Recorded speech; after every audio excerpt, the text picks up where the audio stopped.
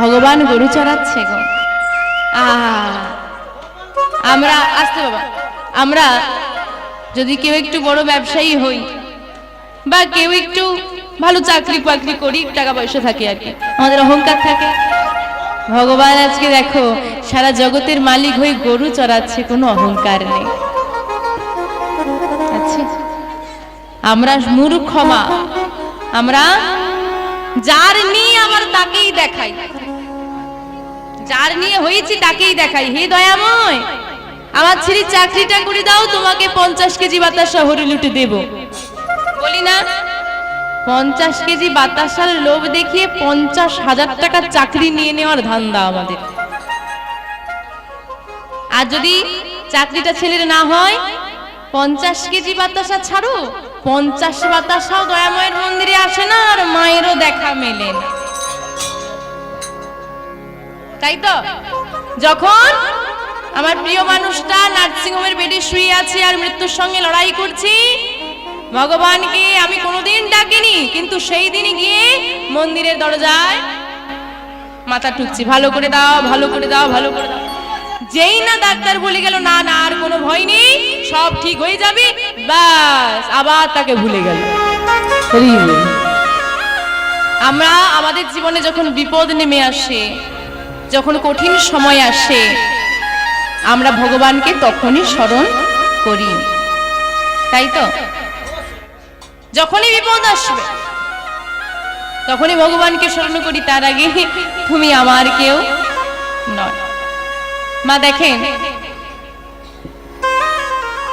আপনি আমায় চেনেন না, আমি আপনাকে চিনি না। হঠাৎ করে মাঝরাতে মা আমাকে একটা কল করেছে, করে বলছে, ও মা আমি বিপদে পড়েছি, আমাকে একটু সাহায্য করো। আমি আসবো করতে? আসবো কি? কেন আসবো? চিনি না তো, আসবো না। কিন্তু যদি প্রতিদিন আমাকে ফোন করা হয়, মা কি করছো, কি বৃত্তান্ত, আমি জিজ্ঞেস করলাম মা কি করছো, তুমি একদিন আমার বাড়ি চলে গেলে, আমি চলে এলাম, একটা সম্পর্ক যদি আমাদের মধ্যে তৈরি হয়, প্রতিদিন প্রতিনিয়ত যদি আমাদের সারাদিনে একটু করে হলেও যদি কথা হয়, কি হবে? তখন যদি তুমি আমাকে ফোন করে বলো যে মা আমি বিপদে পড়েছি, একটু সাহায্য করো, আমি আসবো না, আসবো না। বা আমি যদি ফোন করে বলি মা আমি বিপদে পড়েছি, মা যাবে না, যাবে না, আসবে তো?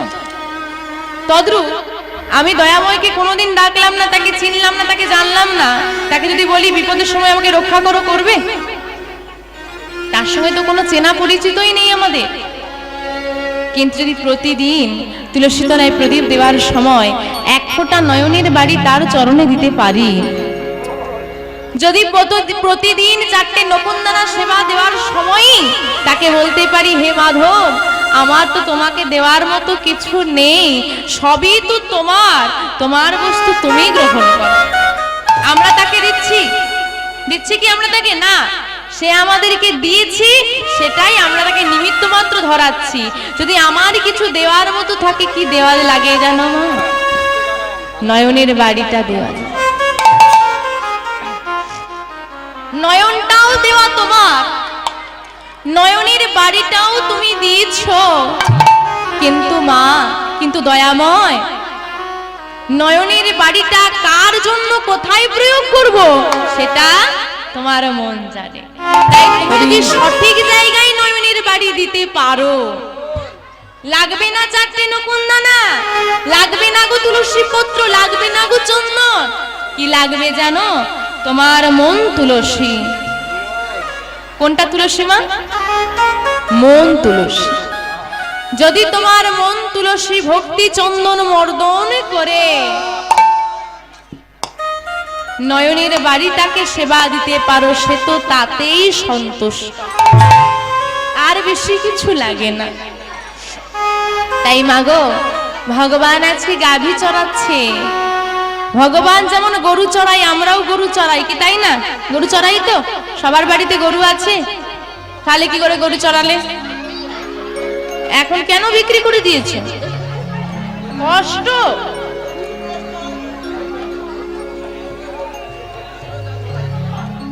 রাধে রাধে। ও মা, আমরা বলি তোর বাবা, কোথাও যে দুদিন গিয়ে আত্মীয় বাড়ি থাকবো সে উপায় নেই, তাই তো?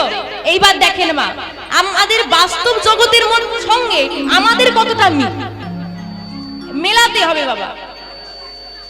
দেখেন প্রাণ গোবিন্দ আজকে গাভী চড়াচ্ছে, আমরাও কিন্তু গাভী চড়াই, তাই তো? তা অনেকের বাড়িতে আছে, অনেকের নেই, আবার অনেকের ছিল বিক্রি করে দিয়েছে। জ্বালাটা কি না কোথাও গিয়ে থাকতে পাই না, দুদিন তার সেবা করতে করতেই জীবন শেষ হয়ে গেল। মেয়ের বাড়ি দুদিন গিয়ে থাকবো তার উপায় নেই। তো সেই রকম আমাদের এই দেহ বাড়িতে গাভী আছে, ইট পাথরের বাড়িতে নয়। কোন বাড়িতে? এই দেহ বাড়ি। কটা গাভী আছে? 6টা। কটা? অমন জানো না, তোমার ঘরে বসতি করে 6 জন। 6 জন আছে। এই 6টা গাভী কাম ক্রোধ লোভ মদ মোহ মাশ্চর্য, এই যে 6 গাভী। এবার দেখেন মা, আপনি গাভীর সেবা করতে আছেন, বাড়িতে যে গাভী থাকে, গরু থাকে, তার সেবা করে কোথাও বেড়াতে যাওয়ার সময় হয় না। তেমনি এই যে কাম ক্রোধ লোভ, এই যে আমাদের 6টি গাভী আছে, এদের সেবা করতে করতে আমরা ব্যস্ত, গোবিন্দের সেবা করার সময় পাওয়া গেল। তাই তাই যেমন বাড়ির গাভীকে বিক্রি করে দিতে হয়েছে জ্বালাই পড়ি, তদ্রূপ তুমি যদি এই দেহেতে বসবাসকারী 6টা গাভীকে দূর করতে পারো, এই দেহেতে বসবাসকারী 6টা গাভীকে যদি তুমি দূর করতে পারো, তবেই তোমার কৃষ্ণ চরণে স্থির হবে মন, না হলে মন এদিক আর ওদিক ছোটাছুটি করে। সমুদ্রের জল কখনো স্থির হয়? মন আমাদের কখনোই স্থির নয়, সবসময় ছোটাছুটি করছে। আমরা যখন ঘুমোই তখনও কিন্তু আমাদের মন স্থির থাকে না। লোক বলে ঘুমোলে মন স্থির হয় না, হয় না। স্বপ্ন দেখি না আমরা, মন স্থির আছে? কখনো স্থির হয় না। যদি মনটাকে গোবিন্দ চরণে স্থির করতে হয়, তোমার মধ্যে বসবাস করা এই 6 জনাকে আগে দূর করতে হবে। তারপরে কি তুমি কামনা রাখবে না, বাসনা রাখবে না? হ্যাঁ রাখো। তা বলে এ কামনা করো না যে ও স্বামী, ওই যে ওদের পাশের বাড়ি যে দিদিটা আছে, দিদিকে দাদা কি সুন্দর সোনা চেন করে এনে দিয়েছে, আমারও কিন্তু চাই একই রকম চেন। বলি না, এই ওই শাড়িটা খুব পছন্দ হয়েছে, আমার ওরকম শাড়ি লাগবে। আমরা বলি না, আমাদের বাচ্চারা ঘরে এসে কি বলে যে মা ওকে ওর তার বাবা স্মার্টফোন কিনে দিয়েছে, আমাকেও দিতে হবে, নতুন ব্যাগ কিনে দিয়েছে, আমাকে কিনে দিতে হবে। আজ পর্যন্ত কোনো বাচ্চাকে বলতে শুনেছেন ওদের বাড়িতে গোপাল এনেছে? হ্যাঁ বাবা লাইটটা বন্ধ করে দিন। ওদের বাড়িতে গোপাল এনেছে, বা ওদের বাড়িতে সবাই গুরুচরণ আশ্রয় করে কণ্ঠে তুলসীর মালা পড়েছে, মা আমাকে পরিয়ে দাও, কেউ বলেছে? বলেনি। আমরা কি বলি ও সুন্দর শাড়ি নিয়েছে, আমারও লাগবে। আমরা কেউ বলি ওদের বাড়িতে সুন্দর গোপাল এনেছে, আমাদের বাড়িতে একটা নিয়ে এসো। ওরা ওইখানে ঘুরতে গেছে, আমরাও যাব, জায়গাটা ভালো। কেউ কি আমরা বলি ওরা গুরু চরণ আশ্রয় করেছে, গুরুদেবের বাড়ি গেছে, চলো আমরাও গুরুচরণ আশ্রয় করি? বলি কি না, আমরা সময় খারাপটা দেখি না, খারাপ নয়, ভালোর দিকে ঝোঁকো, ভালো লাগে। কামনা রাখো। কি কামনা? আমাকে সম্পত্তি করতেই হবে, আমাকে বাড়ি করতে হবে না, আমাকে গুরুচরণ আশ্রয় করতে হবে, আমাকে গোবিন্দকে পেতে হবে, এই কামনা রাখো। শাস্ত্রে বললেন যে জীবের গুরু করণ নাহি হয়, পশু সম সেই জীব জানিবে নিশ্চয়। আস্তে আস্তে। ও মা এত কথা কিসের? বলছি যে জীবের গুরু করণ নাহি হয়, মানে যে জীবের এখনো শ্রুতিমূলে গুরু দীক্ষা, গুরুদেব মন্ত্র দেয়নি, তাকে বলছি কি পশু সম সেই জীব জানিবে নিশ্চয়। সেই জীব পশু সম, দেহ পবিত্র নয়। আগে গুরুচরণ আশ্রয় করো। সিঁড়ি ছাড়া যেমন ছাদে ওঠা যায় না, যায় লাভ দিয়ে উঠতে পারবো? গুরু নামক গুরু রূপ সিঁড়ি ছাড়া, সিঁড়ি রূপ গুরু ছাড়া গৌর রূপ ছাদে ওঠা যাবে না। গুরুদেবই আমাদের একমাত্র সঠিক পথ দেখাতে পারে। আমরা কোন পথে গোবিন্দের কাছে যাব, পথ চিনি আমরা? চিনি কি? চিনি না।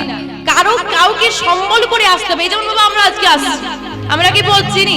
জিজ্ঞেস করে করে আসতে হচ্ছে। তার মানে ওই ব্যক্তিদেরকে সম্বল করে, ওই ব্যক্তিদেরকে আশ্রয় করে আমাদেরকে আসতে হচ্ছে। যেমন এক বাবা আমাদেরকে নিয়ে এলেন, অনেকটা দূরে এগিয়েছিলেন উনি, ওনার সাইকেলে করে আমাদেরকে পথ দেখিয়ে নিয়ে এলেন, তাহলে ওনাকে আশ্রয় করে আমরা এখানে এসেছি। তদ্রূপ পথ তো চিনি না, পথ চিনি? পথ চিনি না। তাহলে যিনি পথ চিনিয়ে দেবেন, যিনি হবেন পথ প্রদর্শক, যাকে অনুসরণ করে আমরা গোবিন্দের কাছে যেতে পারবো, যে পথ অনুসরণ করে গোবিন্দের পথে যেতে পারবো, সেই পথটাই দেখাবেন গুরুদেব। তা পথ যদি না জানি যেতে কি আর পারবো গো? তাই গুরুদেব যদি আশ্রয় না করি, গুরুচরণ আশ্রয় না করি, গুরুদেব যদি পদ না দেখায়, গৌর গোবিন্দ চরণ কি পাবো? নিতাই গৌর হরি বল। তাই মা অবশ্যই যারা গুরুচরণ আশ্রয় করেছেন অতি উত্তম, যারা এখনো করেননি অবশ্যই করবেন। কণ্ঠে একটা তুলসীর মালা পরবেন, কারণ বাবা যেদিন এই দেহ ছেড়ে আমাদের প্রাণ পাখি উড়ে যাবে, সেদিন আপনি যদি একটা সোনার চেন পরে থাকেন সেটা কেউ খুলে নিতে পারবে, কিন্তু এই পৃথিবীতে এখনো এমন পাপিষ্টির জন্ম হয়নি যে আপনার মৃত্যু দেহ থেকে আপনার গলায় থাকা তুলসীর মালাটা কেউ খুলে নিতে পারে। তাই মা অবশ্যই কণ্ঠে তুলসীর মালা পরবেন, কারণ এই মালাই আপনার সঙ্গে যাবে। রাধে রাধে। ও মা, তাহলে আমরা এই দেহের মধ্যে 6টা গাভীকে বিচরণ করে বেরোচ্ছি, আর গোবিন্দের গাভী হলাম আমরা। সংসার মাঠে গোবিন্দ আমাদেরকেই গাভী চলিয়ে বেড়াচ্ছি। মা আমাদের সবার গলায় দড়িটা বাঁধা আছে, আর দড়ি ধরে তিনি বসে আছেন। যেদিকে যেমন ভাবে টান দেবে সেদিকে তেমন ভাবে চলে যেতে হবে। তা আজকে আমরা সবাই মিলে একত্রিত হয়েছি, কাল আমরা কে কোথায় থাকবো, কিভাবে থাকবো, আদেও থাকবো কিনা, আদেও পৃথিবীতে থাকবো কিনা কেউ জানি না। কারণ সবাইকে বিশ্বাস করা যায়, বিশ্বাস করা যায় না কেবল নিজের নিঃশ্বাসকে। ও যদি কয়েক মিনিট বন্ধ হয়ে যায়, ব্যাস কান্নাকাটি পড়ে যাবে। তাই বলছে সময় নেই, সবাই মিলে বলো কি বলবে? কি বলছে মা? এই জীবনটা কাগজের টুকরো। আরে বাবা আমি জলজ্যান্ত মানুষ, হ্যাঁ আমি কথা বলতে পারছি, দেখতে পাচ্ছি, হাঁটতে পারছি, চলতে পারছি, কাজ করতে পারছি, আমাকে বলছে কাগজের টুকরো। মেনে নেওয়া যাবে? কি করে মানবো? বাবা চিন্তা করে দেখুন, কাগজ কোথায় পড়ে থাকে? রাস্তার ধারে। ওই কাগজের কথা চিন্তা করুন, ওই কাগজটাও কত যত্নে ছিল যেদিন দোকানে ছিল। হ্যাঁ ছিল না? যদি বাতাস লেগে পড়েও যায়, দোকানদার ভালো করে ঝেড়ে বুঝে তুলে রাখছে, কেন আমার কোনো খরিদ্দার যদি আসে ওই কাগজটাই কাজে লাগবে। হ্যাঁ যাই জিনিস না কিনুক না কেন ওই কাগজে করে দিতেই হবে, তারও যত্ন আছে। এইবার আপনি গিয়েছেন দোকানে 10 টাকার লঙ্কার গুঁড়ো কিনতে, রাধে রাধে, তো আপনাকে কি করেছে? ওই কাগজে করে মুড়ে লঙ্কার গুঁড়োটা দিয়েছে। আপনিও কিন্তু কাগজটাকে খুব যত্ন করছেন, কেন? কাগজটাকে যত্ন, হ্যাঁ কাগজের মধ্যে লঙ্কার গুঁড়ো আছে বলে লঙ্কার গুঁড়ো শেষ, আপনি কি করবেন? কাগজটাকে ফেলে দেবো, না হলে একটা আগুনে দিয়ে দেবো। তদ্রূপ এই কাগজ হচ্ছি আমরা। রাধে রাধে। যতদিন তুমি ওই লঙ্কার গুঁড়োর কর্ম অর্থ এই সংসারে দিতে পারবে, তোমাকে যত্ন করবে। মা যতদিন কাজ করতে পারবে, ছেলে আদর করবে। বাবা যতদিন সংসারে টাকা দিতে পারবে, ছেলে আদর করবে, যত্ন করবে। আর যেদিন টাকা দেওয়া শেষ, মায়ের কর্মক্ষমতা শেষ হচ্ছে, মায়ের এবার পেছনে বেশি খরচা হচ্ছে, অসুস্থ হয়ে পড়ছে, কাজ করতে পারছে না, ছেলে আর 10 দিনেও 1 মাসেও জিজ্ঞেস করবে না মা কেমন আছে, তাই তো? তখন স্থান হচ্ছে কোথায়? বৃদ্ধাশ্রম। আর দেখবেন বাবা কাগজের টুকরো আজ এখানে পড়ে আছে, বাতাস লাগলে উড়ে অন্য জায়গায় চলে যাবি, তেমনি আজ আমরা এখানে আছি, কে কখন কোথায় থাকবো, আদেও থাকবো কিনা কাল জানি না কেউ। তাই বলছে আজকে প্রাণ গোবিন্দ আমার কি করেছে মা? প্রভাতকালে নবদুঃখ ধেনু নিয়ে দাদা বলরামকে সঙ্গে নিয়ে 24 জন রাখাল, 12 জন প্রধান, 12 জন উপপ্রধান, সবাই মিলে বেরিয়েছে গোচারণে যাবে। আর এই প্রভাতকালে রাধারানীর কথা প্রাণ গোবিন্দের মনে পড়ে গেল। যেন রাধারানীর কথা প্রাণ গোবিন্দের মনে পড়ে গেছে, মা আর গোচারণে যেতে ইচ্ছে করছে না, মনে হচ্ছে চলে যাই রাধারানীর কুঞ্জে। কিন্তু এখন তো যেতে পারবো না, দিনের আলো রয়েছে, লোকজন রয়েছে, তাই তো? কিন্তু আজকে যখন রাধারানীর কথা আমার মনে পড়েছে, আজকে রাধারানীর সঙ্গে আমার মিলন হবেই হবে। এখন না হয় কিছুক্ষণ পরে হবে, কিন্তু হবে। মিলন তো হবে বললেই হবে না মা, মিলন করাতে হলে মিলনের ব্যবস্থা করতে হবে, তাই তো? তা মিলনের যে ব্যবস্থা করব, তা আমি তো করব না, করবে কে? কাউকে সেবা দেওয়ার হলে বাড়িতে রান্না বান্না কারা করে? মায়েরা। তাহলে আজকে রাধা কৃষ্ণের মিলন হবে, সেবার ব্যবস্থা কারা করবে? রাধারানী, সখীরা। তাই তো, তাদেরকে খবর দিতে হবে যে আজকে মিলন হবে, ব্যবস্থা করো। খবরটা দেবো কি করি? দাদা, কি হয়েছে ভাই? ও দাদা, এই পথ ধরে প্রতিদিন তো গোচারণে যাই, তো আজকে এই পথ ধরে আর যাবো না। কোন পথ ধরে যাবো? বলে চলো না আজকে জাবটের পথ ধরে গোচারণে যাই। আহা, জাবটের পথ ধরে যাবি? চল। ভাইয়ের কথা মতো সখাগণ সবাই মিলে, ভাই কানাইয়ের কথা মতো দাদা বলরাম সঙ্গে নিয়ে সবাই মিলে চলেছি গোচারণের পথ ধরে জাবটে। জাবটির পথ ধরে গোচারণে চলেছে। জাবটির পথ ধরে যাই না গোচারণের পুলে চলেছে মা। জাবটির সম্মুখে এসে, জাবটে হচ্ছে জটিলার নিবাস, আর জটিলা মন্দিরেই থাকেন আমার রাধা রানী। জটিলার সম্মুখে এসে যেই না মুরলী ধ্বনি করেছি, মুরলী ধ্বনি শুনে মা আমার বাবা রাধারানী ছুটতে ছুটতে সদর দরজায় এসে দাঁড়িয়ে পড়ে। রাধারানী যেই না সদর দরজায় দাঁড়িয়েছে মা, ও মা বাইরে যাওয়া যাবে না। কেন বলেন তো? শাশুড়ি ননদিনী আছে, বধূর সঙ্গে দাদা আছে, সামনে যাওয়া যাবে না, কথা বলা যাবে না। দূরের পথ ধরে প্রাণ গোবিন্দ গোচারণে চলে যাচ্ছে, আর দাঁড়িয়ে দাঁড়িয়ে রাধারানীর সদর দরজায় দাঁড়িয়ে দাঁড়িয়ে দেখছে ওই তো বধূ চলে যায়। কাছাকাছি আসা যাচ্ছে না, কথা বলা যাচ্ছে না, তাই মাধব রাধারানীকে দেখতে পেয়ে ইশারা করলেন, নিজকে স্পর্শ করে ইশারায় বললেন, রাধে তুমি আমার জন্য কেশর কুঞ্জ সাজাও, তুমি যে কুঞ্জ সাজাবে সেই কুঞ্জে আমি যথাসময়ে অভিসার করব।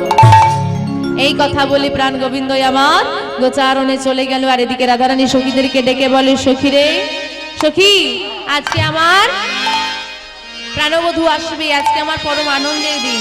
প্রাণবধূ আমার ঘরে আসবে, আমার মিলন হবে, যা তোরা সুন্দর করে সেবার ব্যবস্থা কর। সখীরা বলছে, দাঁড়া, কুঞ্জ সাজাতেই হবে, আর কুঞ্জ সাজানোর জন্য ফুল লাগবে, চল আমরা বৃন্দাবনের পথে ঘুরে ঘুরে ফুল তুলে। আজকে সখীরা বৃন্দাবনের পথে পথে ঘুরছে আর পুষ্প চয়ন করছে। কেমন করি গো?